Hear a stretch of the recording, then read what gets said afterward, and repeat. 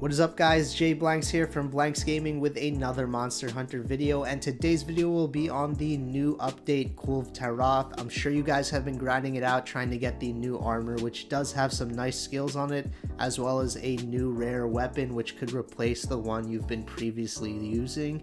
So I'm actually going to run it solo. It is very possible to do it solo, and I'm pretty much going to go over what set I'll be using and also the process I took in order to defeat him solo. So if you guys learned something today, or if you just enjoyed the video, feel free to drop a like and feel free to subscribe. It really does help the channel out, and I really do appreciate all of the support.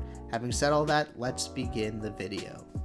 So the first thing we want to go over is what gear I'll be using. As you can see, we have the Fatal Bite, which is the Devil Joe shield and sword, and it has 2 augments of affinity and attack. The reason we chose this weapon is because it is the strongest out of all the shields and swords, so we want to maximize that damage because we are doing it solo and we don't have the help of those 3 people. And the armor we'll be using are the Vange's Helm, the Uragan Mail, Kaiser Vambraces, the Nergigante Coil, and Death Stench Heal, along with an attack charm. And the reason we chose these weapons is because of the skills that they provide and also the gem slots that help in defeating Kulve Taroth solo. As you can see, we have level 6 attack boost. We couldn't max it out, unfortunately. And we also have level 3 weakness exploit, and the most important skill, level 3 part breaker, because you don't actually defeat the monster unless you destroy his monster parts. We also have level 3 speed sharpening because we only have level 2 handicraft, so we want to stay at that white sharpness throughout the whole fight. And we have airborne to increase our aerial damage because we will be jumping a lot in the fight to get that mounting damage. But that's pretty much what I'll be using. Hopefully you guys enjoy. And you guys are probably wondering why do it solo. I mean, the reason I do it solo is because usually either a group is already full, or if you run it solo, you're pretty much gonna go into the fight and you're gonna be like, okay, we got 3 people, this shouldn't be a problem, we can deal a huge amount of damage. Alright, so let's go into the fight. And you realize someone already died before you even get there. So that's fine, we have 2 more lives, we should be able to defeat this.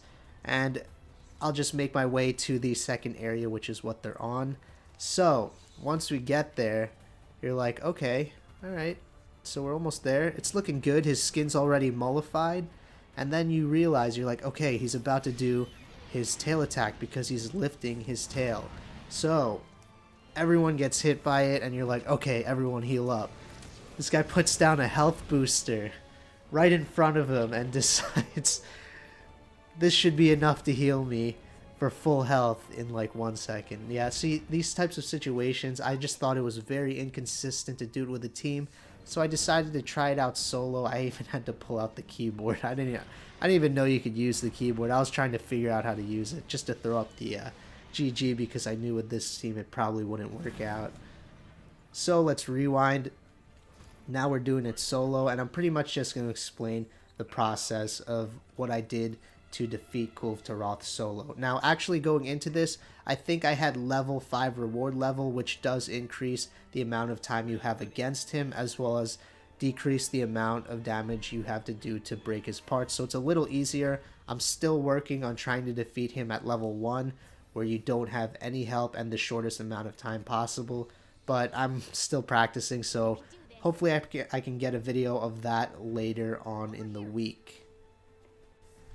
So we're in the first area, and I'm sure you guys have done this before, but what you want to do is pretty much deal damage to him as he walks around. And one of the most important parts in the first area is to hit those falling boulders because they do help in dealing a lot of damage, especially doing it solo. So there's about 4 boulder traps. You want to hit as many of them as possible, at least 2, to be safe, because you do have to deal a lot of damage in order to break those monster parts.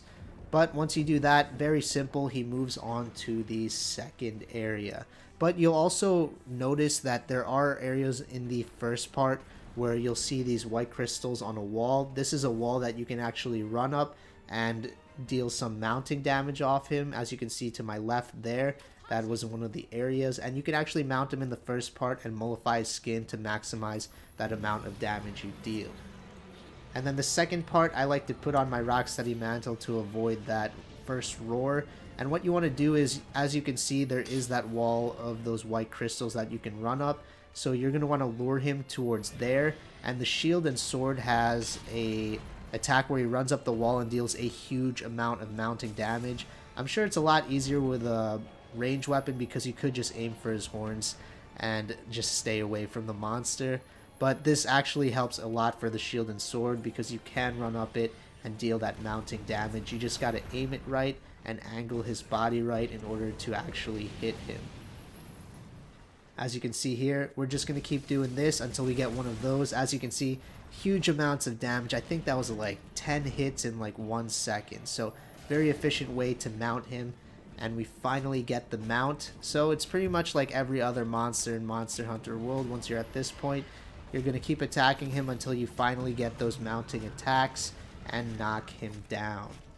And the reason it's very important to mount him is because his skin always mollifies when he's mounted, which makes it a lot easier to deal damage because no matter where you attack him, it's a weak point, so weakness exploit can kick in no matter where you are. And you can actually get about 2 mounts in if you deal enough damage in this form. So that would definitely be very helpful in dealing a lot of damage because once he falls to the ground, you can constantly go for his horns and try to break off that gold on his horns. And once you break that off, you could actually carve it and have a chance at getting the glintstone or some extra materials to build that new armor set. So we're just going to keep using our aerial attack, as you can see, just to deal that massive amount of damage in order to break those horns. And once you do that, you're going to move on to the third area, and this is very important. You might want to take your time for this part because you have to hit all 3 of the boulder traps. You pretty much want to lure him so he stands under it. It also helps to have him above those lava traps that shoot up lava from the ground because they do deal 300 damage each time it shoots out lava. So as you can see here, I'm just attacking him while he's mollified and trying to lure him and then finally get the falling boulder to hit. So this knocks him down, so that's why you want to hit it 3 times, because you can knock him down 3 times and keep dealing that damage to his head. And once you get the first boulder, you're going to repeat the process, lure him to the other side of the map and try and hit him with those 2 other boulders, as you can see on the ceiling right there. And you want to angle him because there is also a lava trap on this side as well. And as you can see, we got the falling boulder, he falls to the ground, and now we can deal the damage to his horns because it is a little harder to reach his horns with the shield and sword. That's why with a range weapon it would probably be a lot easier, but I am horrible with range weapons, so I decided to go with what works best for me, and it was the shield and sword. Now we're going to try to hit the last and final boulder, and I can't stress enough how important it is to take your time and hit all 3, because that is 4,500 damage that you'd be missing out on, which is equivalent to about 10 aerial strikes, because I do 2 hits going up and 2 hits going down. So very, very important, especially in a solo run. Once enough damage is dealt, you'll notice that his armor breaks off and then he'll run to the 4th and final part of the map. This is where the boss fight actually begins because it is Kulve Taroth's final form. For the final part, as you can see, it is a wide open area with a pillar in the middle, and we're going to use the strategy similar to the second part of the map where we want to lure him to this pillar in order to deal that mounting damage. We could also use the pillar to block a lot of his attacks and angle ourselves perfectly to attack his head, which is why it's very important to use this pillar. There are areas on this part on the side of the map that you can run up, but I thought the pillar was the best option. As you can see here, we do get a nice wall run attack and deal a little bit of mounting damage, but we didn't angle his body right. The best way to angle it is so that he's facing the pillar. That way when you use the mounting attack, it goes into his horns and then his body to deal the most amount of damage. As you can see there, we were able to do just that, and we were able to make him flinch. But eventually, once you keep repeating that, you're going to be able to mount him, and once you do, you'll be able to knock him down and deal that damage to his horns. And once you get him down, you can finally deal that damage to his horns and then repeat the process of luring him back to the pillar to deal more mounting damage to get that second mount in.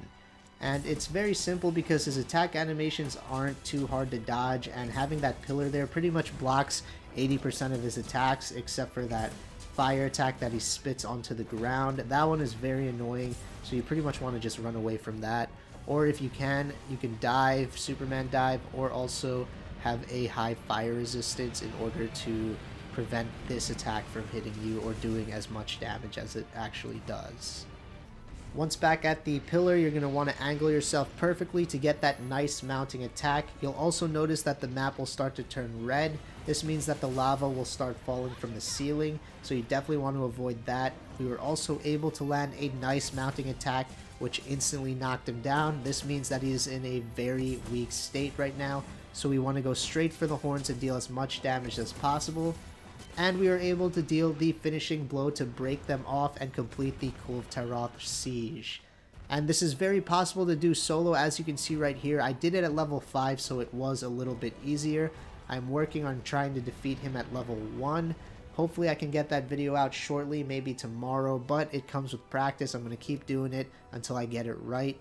So hopefully you guys enjoyed this video. I was able to complete the quest in 15 minutes, which is a huge accomplishment.